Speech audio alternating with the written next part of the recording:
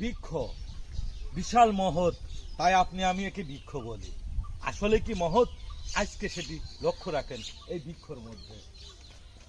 এই বৃক্ষ আমরা নাম দিয়েছি কেন? তার ছায় আমরা বসে শান্তিতে কিছু সময় অতিবাহিত করি।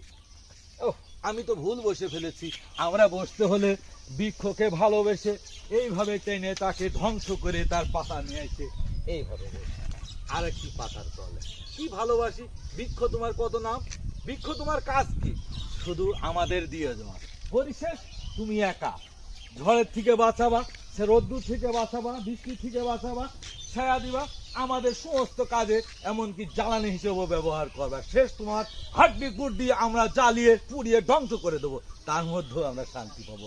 বলবে এটাই তুমি বৃক্ষ, তুমি শুধু আমাদের কথার পরে খুশি। আমি কেন তোমাকে বৃক্ষ বলে ডাকি? এই সেই বৃক্ষ আর বাবা সাম।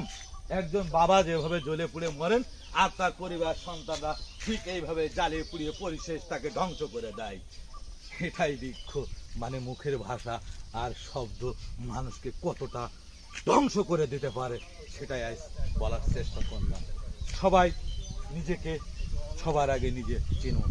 খুদা হাফেজ।